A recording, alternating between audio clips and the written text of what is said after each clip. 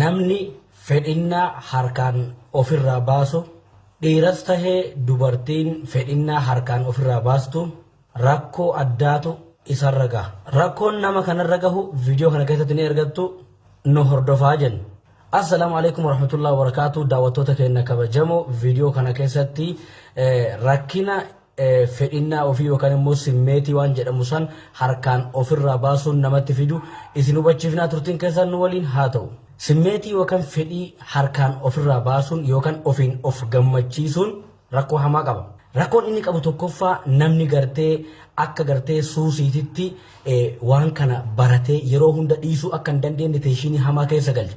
Namni waan kana barateetiin jedhe dhiisuu hin danda'u. Yeroo hunda fiilima adda addaa ilaalanii sochii qaamaa godhanii fedhinnaa kan ofirraa baasuun dhiibbaa hamaa qaama namarratti qaba. Dubartootas tahee nama dhiiraa kan baay'ee miidhuudha. Tokkoffaa miidhaan dhiirarra gahu inni tokkoffaan namni dhiiraa yoo ofiin of gammachiisu yookaan fedhinnaa ofii harkaan ofirraa dirqiidhaan baase qaamni isaa gama of duraatitti akka dadhabaa deemu ta'a. Qaamni lamaan rabbii waliif uume kan dubartiif kan dhiiraa yeroo walitti dhufee qunnamtii taasisu waan waliif kennee walirraa fudhatu waan qabuuf inni qilleensa irratti qaama isaa irraa fedhinnaa ofiin of gammachiisu kana yookaan immoo simmeetii kana yoo baase dhiibbaa hamaatu qaama isaa irra dhufa. Namni gartee ofiin of gammachiisu yookaan simmeetii kan ofirraa baasu yeroo tokko yookaan lama sadii irra deddeebi'ee yoo baase qaamni isaa dhiitahuu fi gartee laafuu gama boodatitti laafuu isa barbaachisa. Rakkinni inni lammaffaan namni simmeetii yookaan fedhinnaa harkaan ofirraa baasu nama jibba. Dubartii waan taate yoo dhiira ta'e dubartii waan taate in jibba. Yeroo hundaa simmeetiin isaa yoo kan itti ka'u taate harkumaan ofirraa baasee sana booda dubartii waan taate ijaan arguu hin barbaadu. Dubartiinis akkasuma dubartiin gartee simmeetii yookaan fedhinnaa kana harkaan ofirraa baastu rakkoo hamaa qaba. Gaa'ila jaarrachuu keessatti dhiibbaa hamaa isirratti qabaata. Gaa'ila jaarrachuu hin dandeetti yeroo hundaa isiin yoo gartee qunnamtii kan barbaadu taate harkuma ofiitiin gartee yoo of gammachiifte dhiira waan jedhamu arguun feetu. Suusiin waan kanaa yookaan immootu araadni isaa yeroo baratan dhiisuun baay'ee ulfaata. Hamma feete akka feete gootee araada ilmi namaa gartee baratu hunda keessaa araadni dhiisuun akka malee namatti jabaatu isa kanaadha. Isa kana dhiisuun baay'ee ulfaata.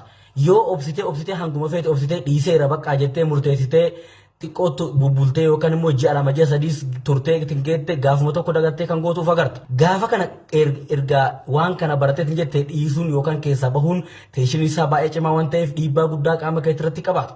Gaa'ila jaarrachuu irratti baay'ee miidhaa guddaa kan qabudha. Dhiiraaf dubartii irratti illee miidhaa hamaa kan qabudha. Kana jechuun dargaggoonni yeroo dheeraa biyya namaa keessa gartanii jireenya jijjiiruuf jecha baqatanii gaa'ila jaarrachuu irraa fagaatanii jedhan waan kana gochuu ni dirqama. Onlaayiniidhaan viidiyoolee adda addaa fiilmiilee adda addaa hordofanii waan kana barachuun akka salphaatti kan dhiyaatudha.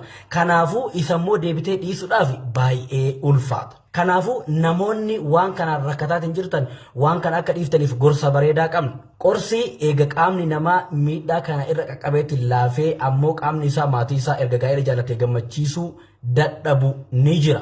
Namni araada waan kanaatiin qabamee ergasii qaamni isaa deebi'ee harkaa dadhabee laafee maatii isaa yookaan immoo haadha manaa isaa gammachiisuu dadhabu qoricha ajaa'ibaa kan gartee gorsa wajjin kenninutu jira.